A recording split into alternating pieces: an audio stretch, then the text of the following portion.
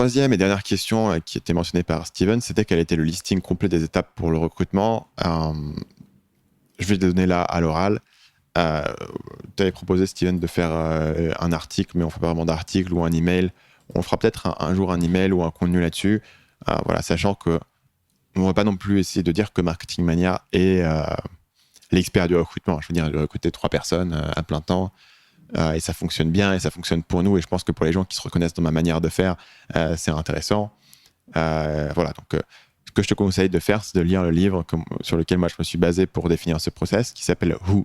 Donc c'est comme le mot anglais, W-H-O, de Geoff Smart. Et la principale chose que tu vas avoir dans ce livre, c'est ton étape 1. Et l'étape 1, c'est de définir clairement le poste, les tâches, les compétences et les traits de personnalité qui sont recherchés.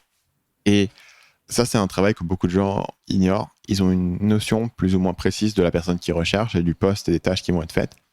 Faire le job de le définir très concrètement et au final de passer des heures vraiment à écrire le poste, à lister l'ensemble des tâches, à lister l'ensemble des compétences, à faire le travail que tu as eu dans Who, ça te permet de définir quelque chose que lui appelle une scorecard, donc une feuille de score. Je ne sais pas quelle serait la meilleure traduction.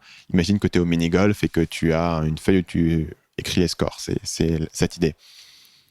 Et donc, tu as un certain nombre de tâches, un certain nombre de responsabilités, un certain nombre de compétences qui est recherché, la personnalité de la personne. Donc ensuite, tu peux reprendre ce condensé du job et le comparer à tes candidats. Puisque au final, quand tu vas évaluer un candidat, tu vas facilement être biaisé par ton affinité par rapport à la personne.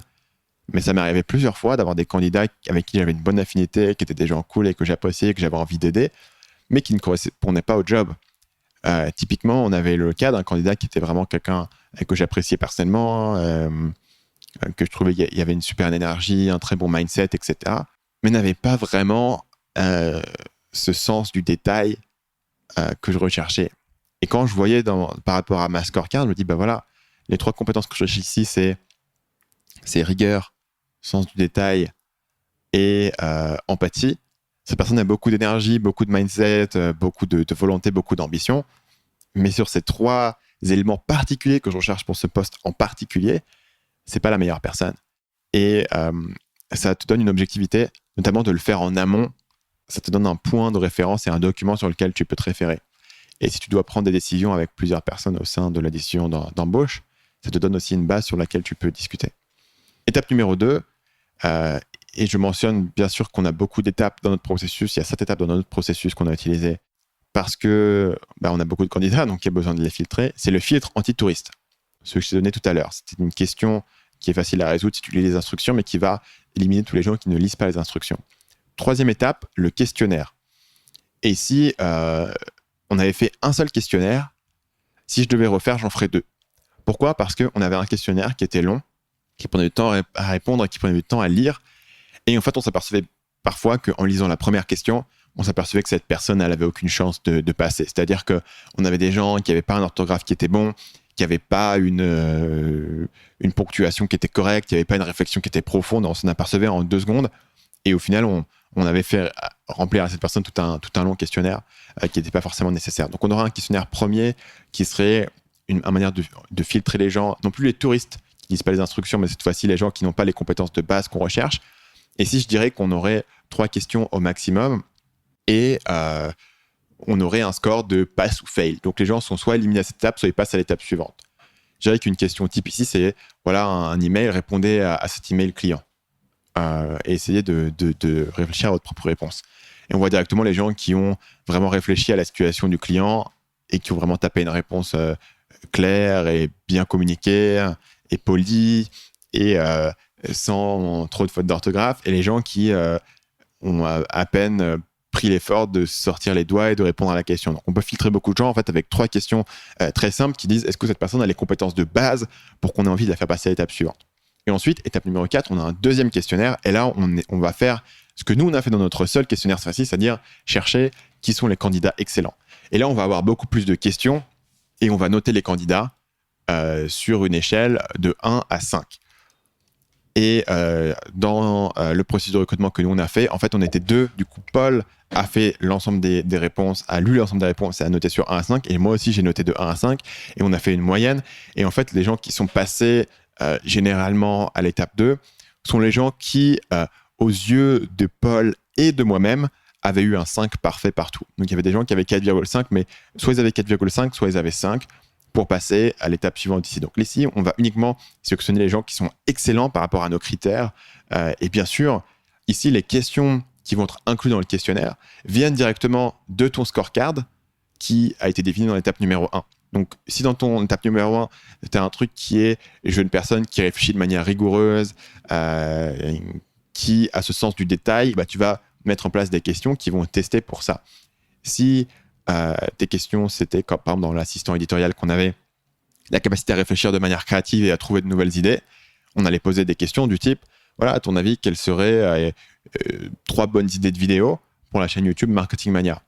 Et si la personne me dit, voilà, tu pourrais faire une vidéo sur comment faire un bon site web, et tu pourrais faire une vidéo sur comment gagner de l'argent facilement, et on a vraiment des suggestions qui étaient vraiment de niveau 1. Et tu sais bien que je posterai jamais ce type de vidéo sur ma chaîne et qu'il n'y a aucune créativité.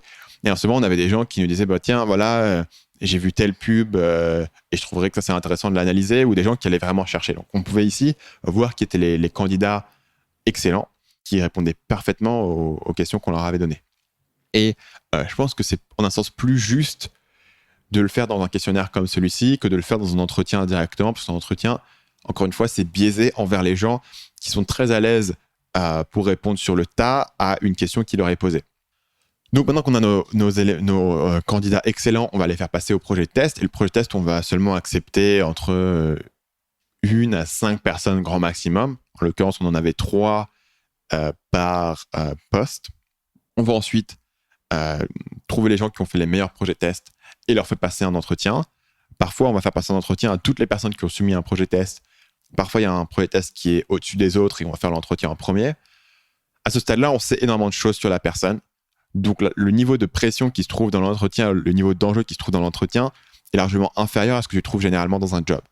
Et j'ai vu une fois quelqu'un décrire l'entretien comme étant le weirdo test. Donc, c'est le test pour éliminer les gens bizarres, les gens avec qui tu t'entends pas essentiellement. Tu veux être sûr que tu t'entends avec la personne avant de la recruter et que vous êtes alignés sur la vision.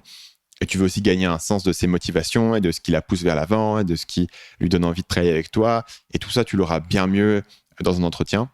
Mais tu as déjà établi ses compétences. Tu as déjà en main un projet test excellent de cette personne. Donc, tu sais que cette personne est compétente et tu veux savoir maintenant si vous allez pouvoir vous entendre sur le projet et si les motivations de la personne sont alignées avec toi, ce que tu veux faire, et si tu penses qu'il y a un match en termes de personnalité. Finalement, une fois que tu as tous ces éléments-là, tu vas prendre une décision sur la personne que tu vas recruter ou non. Et tu as terminé ton process. Donc, la décision, c'est l'étape numéro 7. Tu remarqueras que dans tout cet élément-là, je ne fais aucune sélection sur le CV, sur les études. Tout ça, ça ne m'intéresse absolument pas. Pour moi, ce n'est pas un bon indicateur de la compétence que peuvent avoir les gens. Et je pense que mon questionnaire est beaucoup plus efficace pour trouver les gens qui sont compétents qu'un CV. Et le projet test est des années-lumière de tout ce que je pourrais avoir dans un entretien, par exemple, juste en parlant à la personne et en essayant de trouver quelles étaient tes expériences. Ça me permet aussi d'être moins biaisé envers les gens qui sont forts en entretien. Ça me permet d'être biaisé envers les gens qui sont capables d'exécuter un projet et de s'autodiscipliner pour faire un projet test. Ça demande quand même de l'énergie, ça demande quand même de l'implication. Tu sais que la personne qui arrive au bout de ce projet test est une personne qui est capable de bien se discipliner pour travailler. Donc, je résume les 7 étapes directement. Première étape, c'est de définir clairement le poste, les tâches, les compétences et les traits de personnalité qui sont recherchés. Deuxième étape, c'est le filtre anti-touriste. Troisième étape, c'est un premier questionnaire qui va filtrer sur les compétences de base. Quatrième étape, c'est un second questionnaire qui va être noté sur 5 et filtrer les candidats excellents. La 5e étape, c'est le projet test.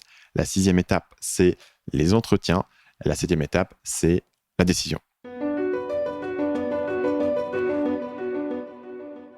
Salut, c'est Stan, j'espère que vous avez apprécié cet extrait du podcast Marketing Mania. Bien sûr, vous pouvez retrouver l'ensemble des épisodes du podcast, y compris les instructions sur comment vous abonner sur l'application Apple Podcast ou sur votre téléphone Android en vous rendant sur mon site à l'adresse marketingmania.fr/podcast. Je vous ai mis le lien dans la description de cette vidéo.